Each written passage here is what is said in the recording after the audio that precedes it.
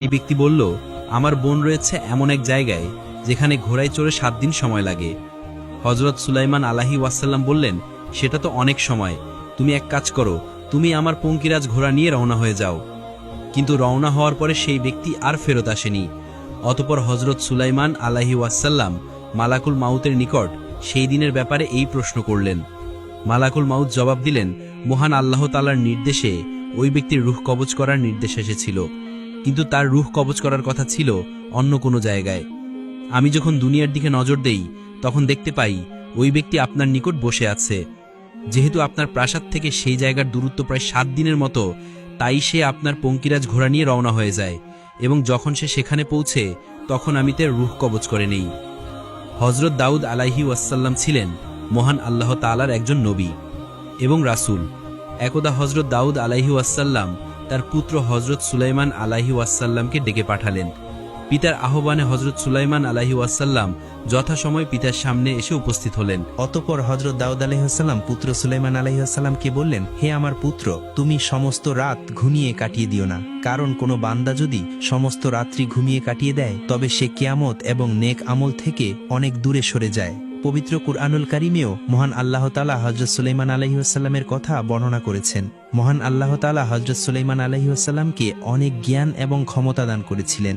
একদা হযরত হুদ আলাইহিসসালামের কাছে দুজন ব্যক্তি তাদের অভিযোগ নিয়ে হাজির হলো। তাদের মধ্যে একজন ছিল কৃষক এবং অপরজন ছিলেন ভেড়ার মালিক। কৃষক ব্যক্তি ভেড়ার মালিকের বিরুদ্ধে অভিযোগ করে হযরত দাউদ আলাইহিসসালামকে বলল, হে আল্লাহর নবী, অমুকের ভেড়া আমার ফসলের জমি খেয়ে নষ্ট করে দিয়েছে, আমি এর উপযুক্ত বিচার চাই। হযরত দাউদ আলাইহিসসালাম তার জ্ঞান অনুযায়ী বিচার করলেন এবং বললেন, এই ব্যক্তির কাছে যতগুলো ভেড়া রয়েছে তার মূল্য এই কৃষকের ফসলের মূল্যের সমান। অতএব ভেড়ার মালিক তার ক্ষতিপূরণ হিসেবে তার সমস্ত ভেড়া এই কৃষককে দিয়ে দেবে। অতঃপর বিচার শেষে যখন দুইজন ব্যক্তি হযরত দাউদ আলাইহিসসালামের দরবার থেকে ফিরে আসছিল, তখন সেখানে হযরত সুলাইমান আলাইহিসসালাম এসে হাজির হলেন এবং তিনি তাদের কাছ থেকে বিচারের বিস্তারিত বর্ণনা শুনলেন। সমস্ত কথা শুনে হযরত সুলাইমান আলাইহিসসালাম সেই দুই ব্যক্তিকে নিয়ে পুনরায় হযরত দাউদ আলাইহিসসালামের নিকট হাজির হলেন এবং বললেন, হে পিতা, আপনি অনুমতি দিলে এই দুই ব্যক্তির অভিযোগ অনুযায়ী আমি আপনাকে একটা পরামর্শ দিতে চাই। হযরত দাউদ আলাইহিসসালাম বললেন, হে বৎস, তোমাকে অনুমতি দেওয়া হলো, পেশ করো তোমার সেই পরামর্শ।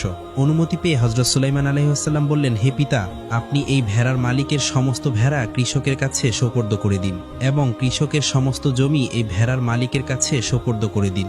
এরপর ভেড়ার মালিক কৃষকের জমিতে পুনরায় চাষ করে সেই অবস্থায় ফিরিয়ে আনুক যেই অবস্থায় এই ভেড়ার মালিকের ভেড়া তার ফসল নষ্ট করেছিল, এবং এর মাঝে এই কৃষক সমস্ত ভেড়া থেকে দুধ এবং পশম সংগ্রহ করে উপকৃত হোক। এরপর ভেড়ার মালিক কৃষককে তার ফসল ফিরিয়ে দেবে এবং কৃষক তার কাছে থাকা সমস্ত ভেড়া ভেড়ার মালিকের কাছে সোপর্দ করবে। হযরত দাউদ আলাইহিসসালাম হযরত সুলাইমান আলাইহিসসালামের এই পরামর্শ শুনে খুবই খুশি হলেন।